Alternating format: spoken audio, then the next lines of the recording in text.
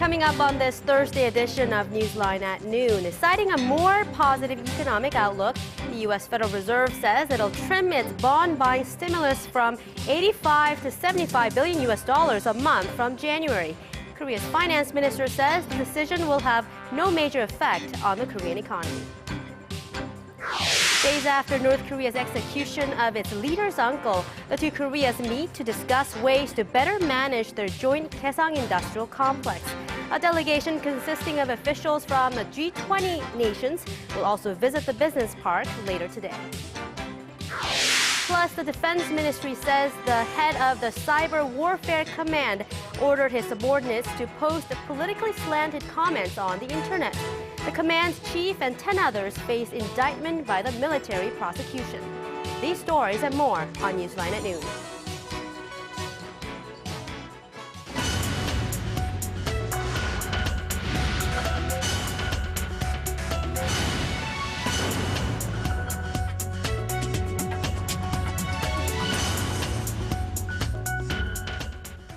Thanks for joining us. You're watching Newsline at noon. I'm Chae Yusan in Seoul. Very good to have you with us. I'm Mark Broom. And we start with the U.S. Federal Reserve's decision to trim by $10 billion its monthly bond buying program beginning in January, citing stronger economic conditions in the U.S. The central bank, however, will keep its interest rates at near zero. Our Park Ji-won reports. The Federal Reserve announced Wednesday that it will reduce its long-running bond purchasing program to $75 billion a month from previous $85 billion beginning next month. Fed Chairman Ben Bernanke said the central bank's decision came as the U.S. economy shows strong signs of recovery. Despite significant fiscal headwinds, the economy has been expanding at a moderate pace, and we expect that growth will pick up somewhat in coming quarters, helped by highly accommodative monetary policy and waning fiscal drag. The job market has continued to improve, with the unemployment rate having declined further. He added the Fed will further taper the stimulus bond buying program next year if the economy continues to pick up. To minimize any possible blow on financial markets, the Fed kept its record low key interest rate near zero. This suggests the rate will stay near the bottom line longer than previously expected. The committee also clarified its guidance on interest rates, emphasizing that the current near-zero range for the federal funds rate target likely will remain appropriate well past the time that the unemployment rate declines below 6.5%, especially if projected inflation continues to run below the committee's 2% longer-run goal. The announcement comes a little over a month before Bernanke steps down from his post as Fed chairman. Bernanke said he closely consulted with the Fed's vice chair Janet Yellen, who's expected to be the next Fed chair, and she fully supported the decision. With the Fed's decisions on the stimulus and interest rates, both the Dow Jones Industrial Average and the S&P 500 finished at record highs Wednesday. Park Ji-won, Arirang News. Korea's Finance Minister Hyun Ho-seok says the Fed's tapering of its monetary stimulus program will have a limited effect on the nation's economy given its stable fundamentals. Speaking in a meeting of economy-related ministers on Thursday, Hyun also said the markets have already adjusted to the prospect of the stimulus rollback, removing most of the remaining uncertainty surrounding the decision. He did warn, however, that international capital outflows could increase the level of market volatility in the short run and vowed to respond with a contingency plan to counter any market instability. And now for a detailed analysis on the effects the Federal Reserve's tapering of its stimulus program might have on Korea and the rest of the region, we are joined on the line by Yang Jun-sok, Professor of Economics at the Catholic University of Korea. Professor Yang, what are the likely impacts on the Korean economy from the Fed's decision to start tapering its stimulus program?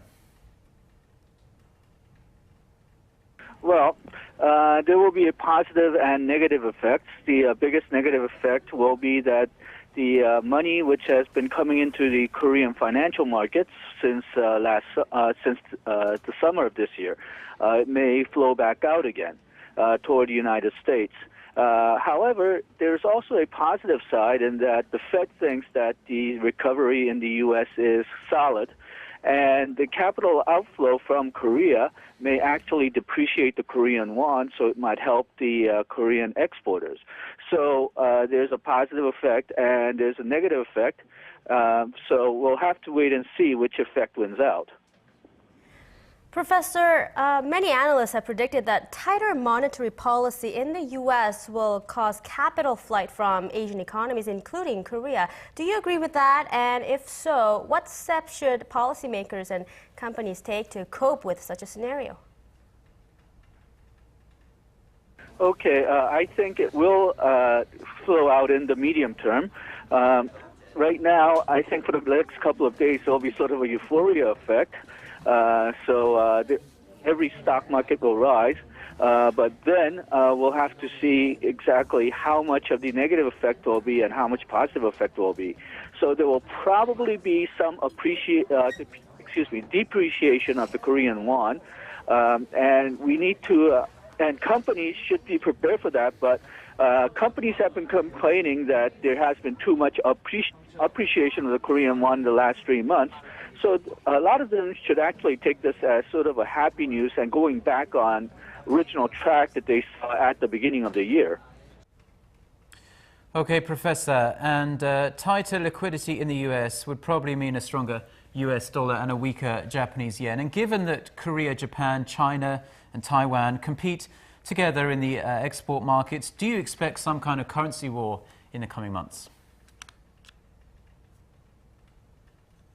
I don't expect a currency war because this is money that's going to flow back into the United States, so it'll hit all those countries at the same time. Now, of course, there will be some differences on how much effect each country has, but right now it's not clear which country will be hit the worst and which country will be hit the least. So we'll need to keep monitoring to see which countries actually depreciate more than others. Right now, there's no real reason to think that Japan will be particularly hit hard and it will depreciate a lot more than, say, Korea or Taiwan. All right, thank you for your insights, Professor. That was Professor Yang Jun-sok, Professor of Economics at the Catholic University of Korea, on the possible effects the Fed's tapering might have on Korea and the rest of the region.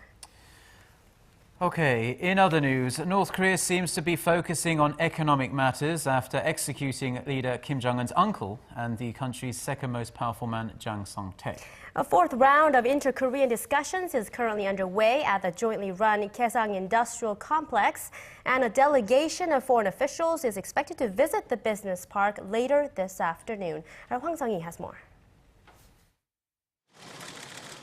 The two Koreas met on Thursday for the first time since the North executed its second-in-command and key economic policymaker Jang Song-taek last week.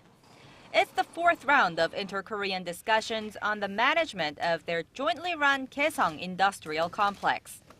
On the agenda is easing the commute and custom procedures for South Korean workers crossing the border to the north, as well as allowing the use of the internet and mobile phones within the complex. Another key issue will be attracting foreign investors. On the same day, North Korea will welcome a delegation of foreign officials from the group of 20 nations to the joint business park. The South Korean government expects the tour to be the first step in globalizing the complex, which is regarded as the last remaining symbol of economic cooperation between the two Koreas. Experts say Thursday's inter-Korean talks and visit by the G20 delegation will offer a glimpse at North Korea's economic policy and where the joint factory zone stands after Jang's execution.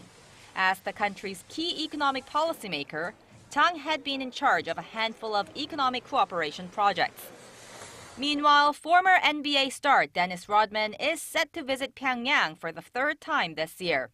Experts say if Rodman meets with his North Korean friend Kim Jong-un again, it will signal the regime remains stable, at least for now. Hwang Sung-hee, Arirang News. Speculation is rife that a close aide of Chang Song-taek is now in China seeking asylum and undergoing questioning by South Korean authorities. Seoul-based news broadcaster YTN reports South Korean authorities are now questioning the unidentified aide in Beijing, focusing on secret expenditures made by Kim Jong-un and his late father, Kim Jong-il. The aide is known to have been in charge of attracting foreign investment and managing the finances of the ruling Workers' Party of North Korea. He is also expected to be questioned about the details of Chang Song-taek's purging. He reportedly fled to China sometime between late September and early October in fear of the North Korean government's tightening grip on Chang's close confidants. The South Korean government says there is no truth in the latest report. The presidential office of Cheongwade here in the south is touting the achievements of the Park Geun-hye administration on the first anniversary of her election win. Our Kim Ji-yeon gives us an overview of the high points. Marking President Park Geun-hye's first anniversary of her election win on this Thursday, the presidential office of Cheongwade has hailed her achievements, saying her successes have paved the way for the next 4 years of her term. Senior Presidential Press Secretary Lee Jung-yeon says the administration has focused on policies designed to improve people's livelihoods and made strides on the diplomatic front and denied accusations that the president lacks communication with the people. For diplomatic achievements, the press secretary cited the normalization of the Inner-Korean Industrial Complex at the border town of Gaeseong and the Korean government's timely announcement of its new air defense zone without causing major diplomatic frictions.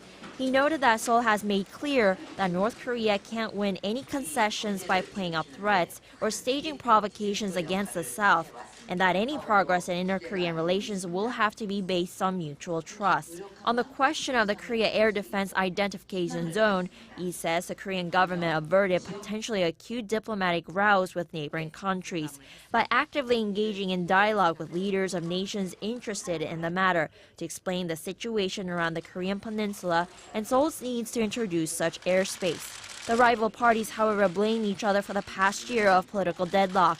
The main opposition Democratic Party accused President Park of failing to show political leadership to unite the nation divided by controversies over a proposed overhaul of the nation's spy agency, which was allegedly meddled in last year's election. The ruling Century Party, for its part, held the opposition responsible for creating month-long standoff by questioning the legitimacy of President Park's election win. Kim Ji-yeon, Arirang News.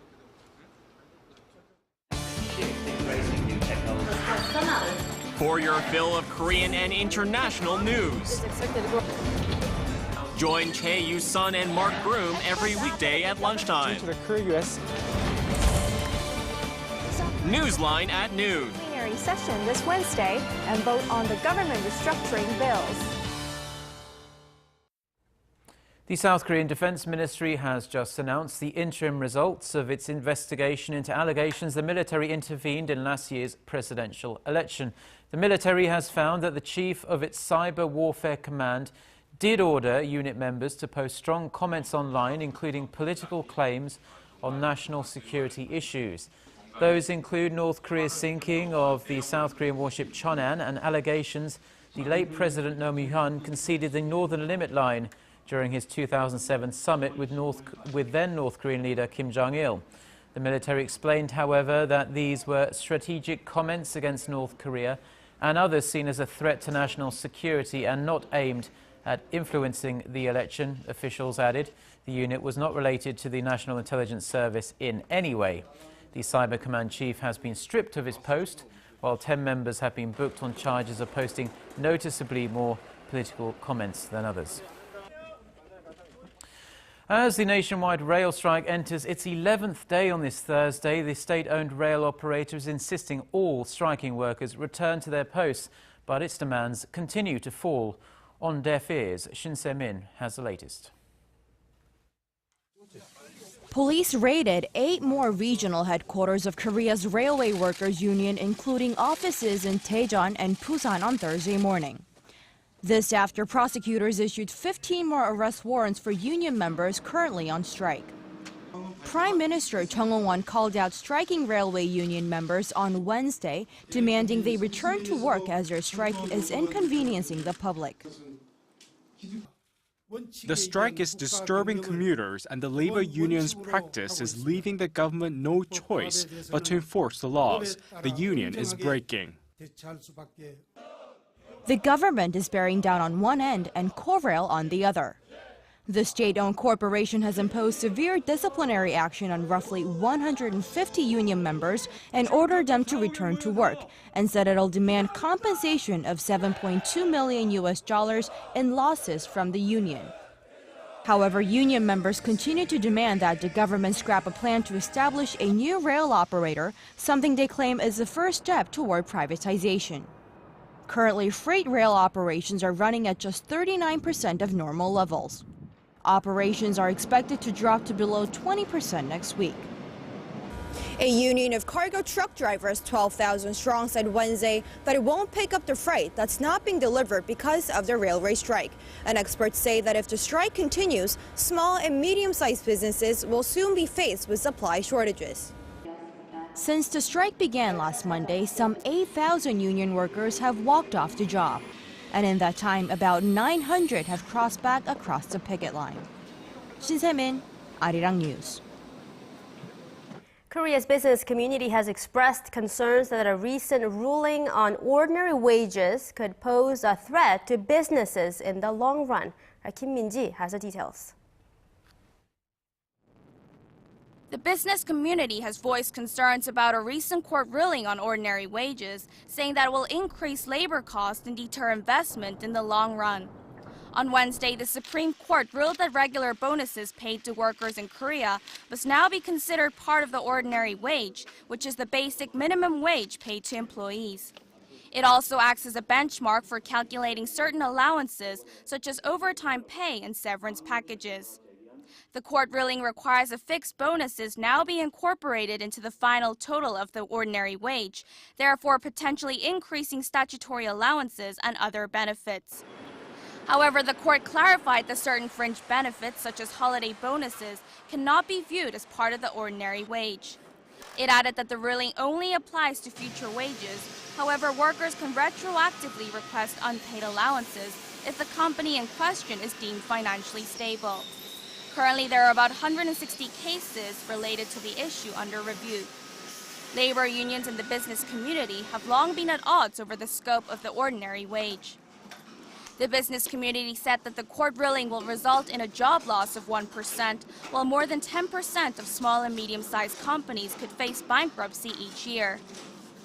The Korea Employers Federation estimates that the new guidelines will cost firms $13 billion in the first year alone. Business leaders also say that the ruling could spark additional conflicts between corporations and unions and reduce investment opportunities down the line.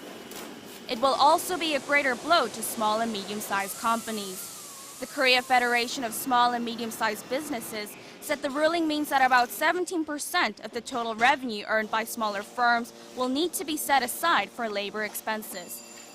Kim Min-ji, Arirang News.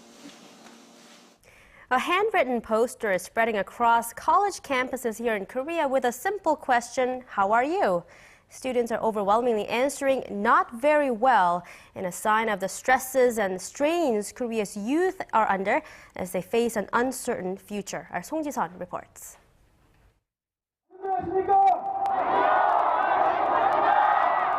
The simple greeting of "How are you?" can take on new meaning in these stressful times when a growing number of younger people are weighed down by personal and social concerns.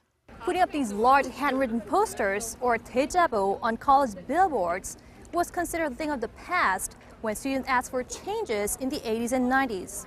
And this one poster of "How are you?" in 2013 became a catalyst asking students to take part and speak up for the society. More than 100 other posters answering the questions have been posted next to the original one and at other campuses around the country.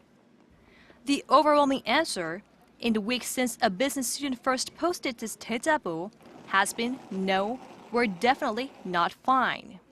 Ju Hyun-woo, the person who posted the original, says the younger generation must be aware of the gravity of the current controversies in the nation, from striking railway union workers to the privatization of other state-run institutions. It wasn't about me. I myself am struggling to get a job, and so are all of you students on campus.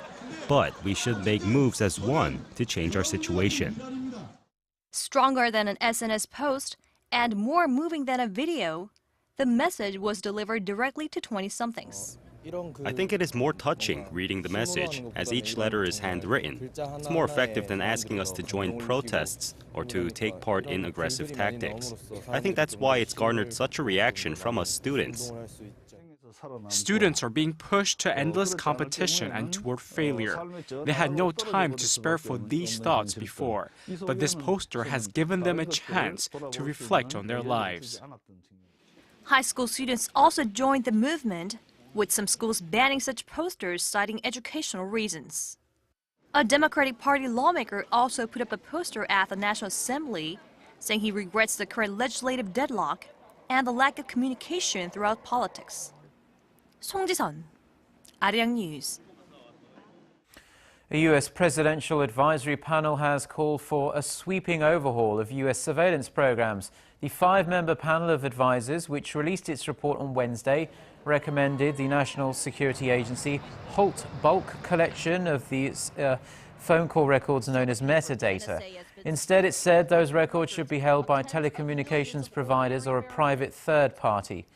The report also called for measures to protect the privacy of people who are not U.S. citizens and urged more cooperation with U.S. allies to avoid the diplomatic fallout from revelations of the United States' intelligence gathering activities. The panel made the proposals in the wake of revelations by former NSA contractor Edward Snowden on the scope of the NSA's operations.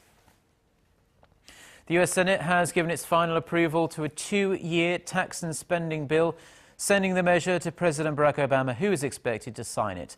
The budget bill passed Wednesday in a 64-36 vote. The legislation, which will avert a government shutdown next month, easily passed the Republican-held House of Representatives last week. The bill must be signed into law by President Obama. Congress will then have until January 15th to pass the over $1 trillion fiscal spending bill for 2014.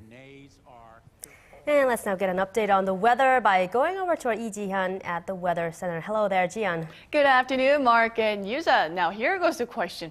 What is one of the things that you cannot live without in the winter? Well, I'm quite a simple man. I just like a thick pair of socks and an extra blanket. What about you, Sam? For me, an electric blanket. I just can't live without them during the winter. Me too, but did you know the electric blankets are the #1 cause of fires in the home? So experts recommend that you turn your electric blanket off when you're not using it and be sure to check that it has an overheating protection system. So please keep these tips in mind when you use electric blankets. Now, it looks like we'll have negative temperatures in the Seoul metro area throughout the day, and it will be also quite chilly down south with partly to mostly cloudy skies nationwide. Now, snow in the Seoul metro area this morning has completely let up for now, but the western parts will still get a light dusting of snow this afternoon. But Chungcheongdo and Jeollado might see up to 7 centimeters of snow today, and it will be cold, so please watch out for ice patches on the roads. Now, tomorrow we'll wake up to even colder temperatures with the mercury dipping down to below 8 degrees here in Seoul. And this cold snap will drive temperatures down well below average across the nation for the remainder of the week. So be sure to cover up from head to toe and to stay warm. So how cold will it get today? Let's take a closer look. The afternoon high in Seoul will only get up to -2, and Daegu and Gwangju will see highs of 3 and 2, while Busan sees a high of 6. Now let's see how other regions are looking. Jeju should see a high of 5 in the afternoon. Daejeon and Dokdo get up to 0 and 4, while another freezing day in store for Mount Kumgang at -11. Now that's all for me today, and back to Mark and Yusan in the studio. Well, thank you very much, Gian, for the weather there. And that's it for this Thursday edition of Newsline at Noon. Make sure you join us again tomorrow for more headlines, making the headlines in Korea and around the world. And do stay with us. We have more news coming your way in the afternoon. you.